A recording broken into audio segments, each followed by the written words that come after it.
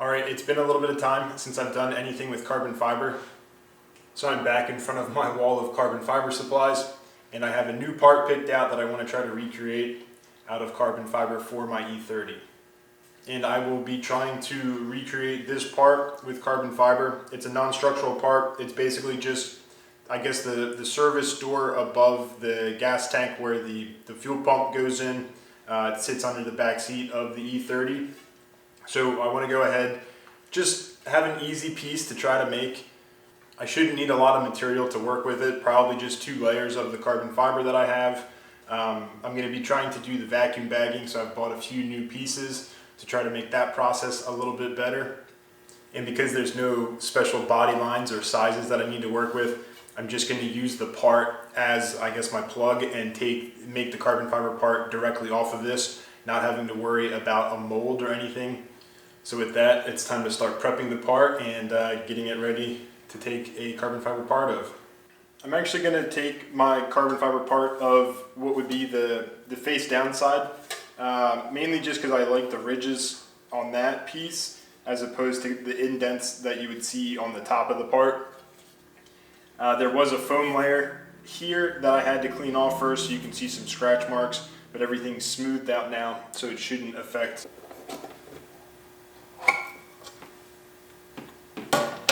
Got my wax paste here to get a good release layer on my part.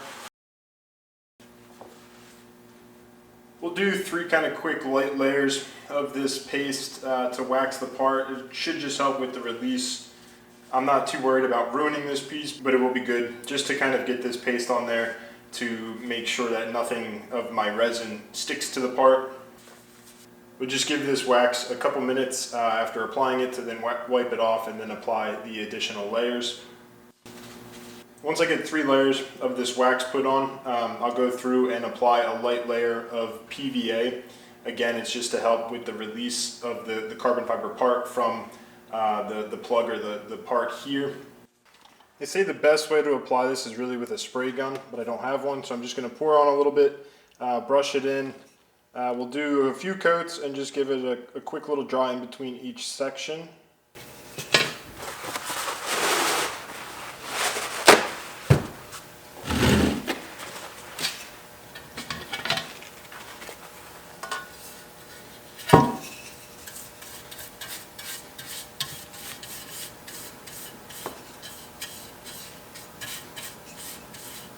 We got the first layer almost dry, just a little spot left, and we'll go ahead and get a second layer on there.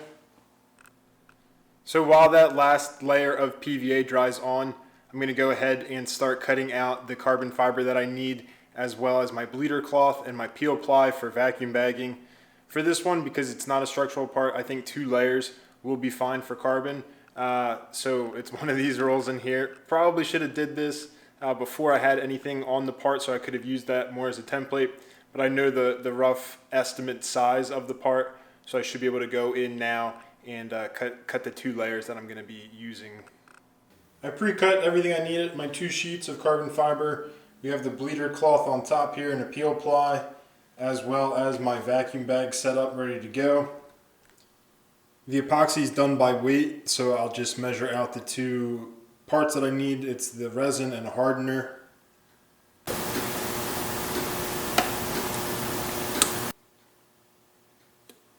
That's about what I need for that.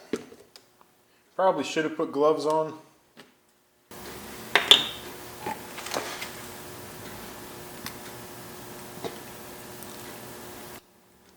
I forgot how strong this stuff smells. Now that I have them poured in, it's time to mix it up. And once that's fully mixed, it will be ready to go on our PVA'd and waxed part.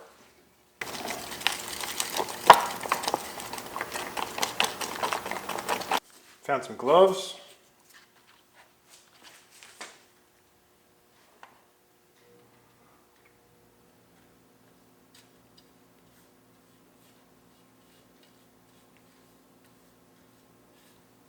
Brush on a fairly heavy first layer.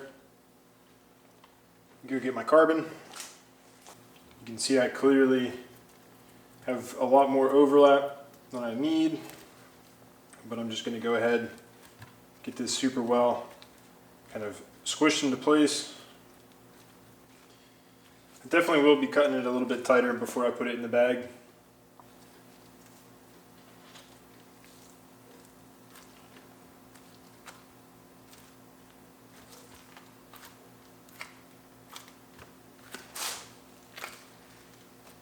Get that second layer into the right spot, make sure that all the fibers are nice and saturated.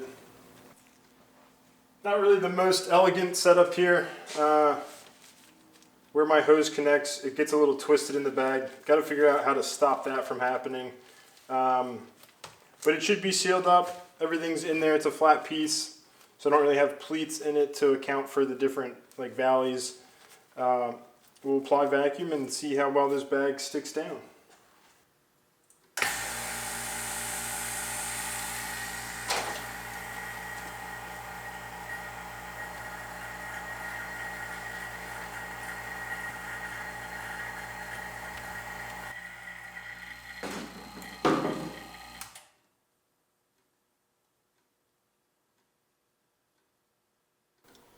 So here we are after letting the part cure.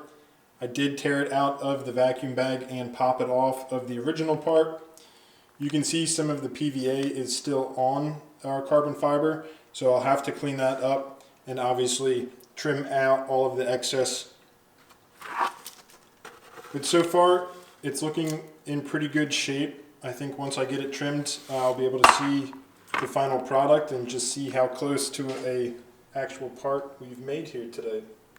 So understanding this was never for weight reduction, but while we have the scale here, let's check it out. The original part comes in at 268 grams.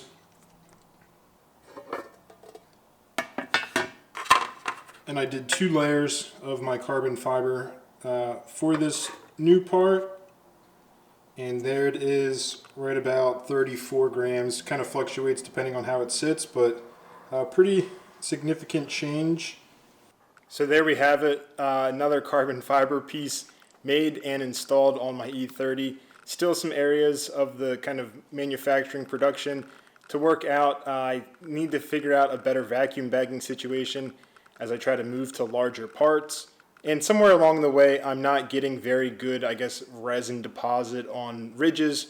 So I got to figure out that as I get into maybe larger parts that have more curves to them. Definitely going to want solid resin all over. But I'm pretty happy with this part. It worked out much better than when I was doing the gas door as my first attempt. So I'm moving in the right direction, and I'm looking forward to trying some larger parts over this summer. I have a lot of carbon fiber on hand, but I'm probably going to have to buy some more resin. So yeah, another job well done, and thanks for watching.